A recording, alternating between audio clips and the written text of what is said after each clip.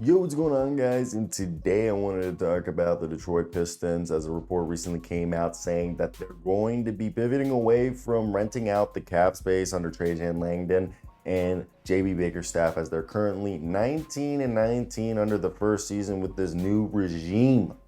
So before we start today's video, of course, I want to hear those thoughts down below in the comment section.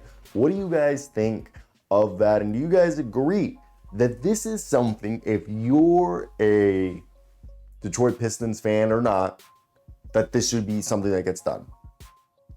Now, JB Bickerstaff has this squad playing defense, looking better, taking jumps developmentally. Now, was it Troy Weaver? Was it Monty Williams? Who knows and who cares? Because Cade Cunningham is fulfilling the potential that we all knew he had and that he was being held back. The Pistons are in position to make a playoff push. And that's a stark contrast from what? Did they go, 14-68 last year? That included a 28-game losing streak that was record tying. This turnaround reflects, I think, kind of a shift in the organizational focus that this regime has brought in. Clearly better roster control. And I have no idea how I did not mean to do anything that I just did. Right. So this team is, I think, bringing in all the shooting. I think that was always going to be something that was a smart when they needed better floor spacing.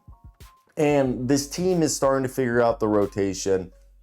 Whether you like Jalen Duren or not, when Jalen Duren's focused and playing well, he can be really good. And then there's some mental lapse. I want to hear your guys' thoughts. What do you guys think? Is it time to look for a different center? I want to hear your thoughts. This team has $14 million in cap space, $44 million below the luxury tax. And the Pistons must decide whether their initial strategy that most people thought was going to happen of renting out the cap space and taking on draft capital for that said rented cap space, or actually pivoting towards a plan that sees them going in on upgrading the roster and making a run for the playoffs to gain that experience so it can pay off for the long-term success that they do want. I think that's one. Also, I love how the camera changed. Now, the balancing act, like the Pistons are going to be a team that comes to, if they continue to play like this, their dreams of being a playoff team will come sooner to fruition than they thought it would. Regardless if it's this season, they're definitely going to be a playoff team next year with the type of year that they've had. Cade Cunningham is not only having an all-star year, but he's a guy who should have some all-NBA consideration. 24 points a game, 9 assists, 7 rebounds, and he's really blossomed into the franchise leader that they've needed. I think bringing in Tobias Harris, and who would have thought Tim Hardaway Jr. have kind of brought stability to this team, and Malik Beasley as well have brought the much-needed shooting that they've needed. And Cunningham's been able to thrive by that created floor spacing that was much needed. Now, Detroit was able to improve their offensive efficiency. It reflected in their 46.7% team field goal percentage, which is 13th in the league, and their 36.2% three-point shooting, which is 16th in the league. Compared to last year, they were terrible. Now, their defensive improvements is they're allowing 5 points less a game than they did last year. And JB Bickerstaff is a defensive coach who's good at player development, 113.2 points a game compared to last year's 118.6. And I think these developments are why the enticing opportunity to gain the experience in a playoff push could be a valuable experience for a young team like Detroit.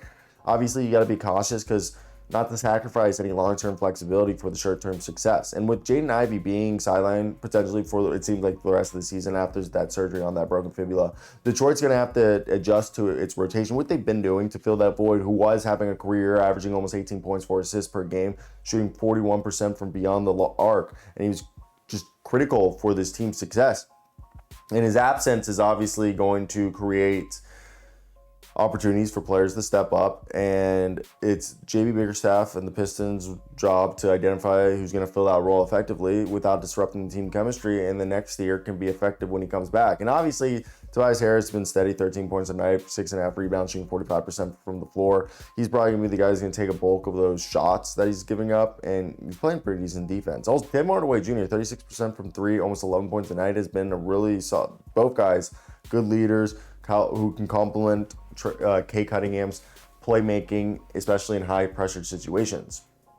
Now, Jalen Duren's actually one of the league's most efficient big men, shooting almost 70% at 68% from the field. Now, there are moments on defense that are head-scratching, but dude, the guy's averaging almost a double-double, 10 points, 10 rebounds on 70% from the field. So it's just like it's head-scratching. Like, he's good, but it's almost like he doesn't have good feel or instincts. I don't know.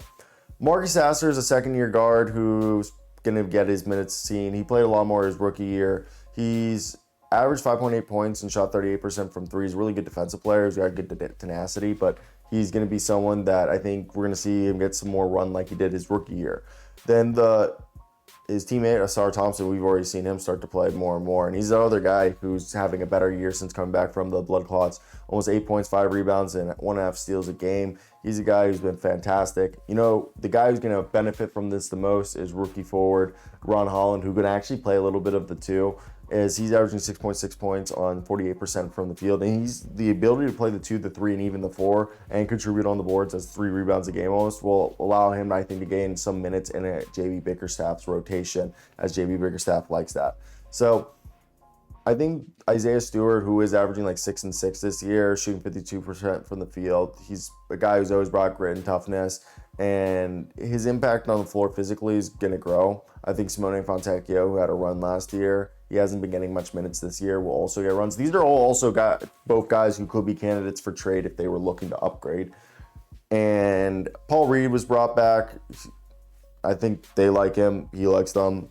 He's just also on a 1-year deal, so it's in their best interest, his best interest to play well.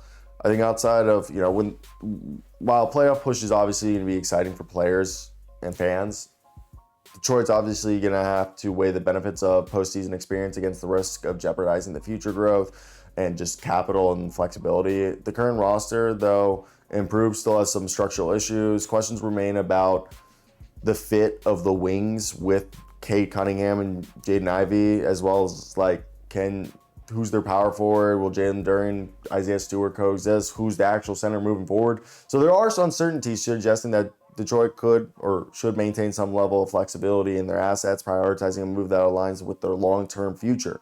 Now, I don't think they're at a crossroads yet, but they do need a balance with building a sustainable roster while engaging in a playoff push to play games that are meaningful.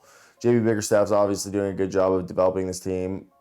He's unlocked significant growth in this team's potential, and they have a competitive edge that we haven't seen out of them for a while. Yes, with Jaden Ivey being out of the season, the roster still needing adjusting. I think the Pistons are trying to be strategic and utilizing that $14 million cap space. If you can get a first-round pick or a salary dump like a Pat Connaughton, who fit their team's timeline or the cap flexibility, I think while it allows you to continue to develop and ensure that everyone's still able to be competitive while being patient and managing your assets correctly, while focusing on that type of long-term cohesion, is what's going to allow the Pistons to establish themselves as a actual rising force in the Eastern Conference. That's my 2 cents on that one. Bye.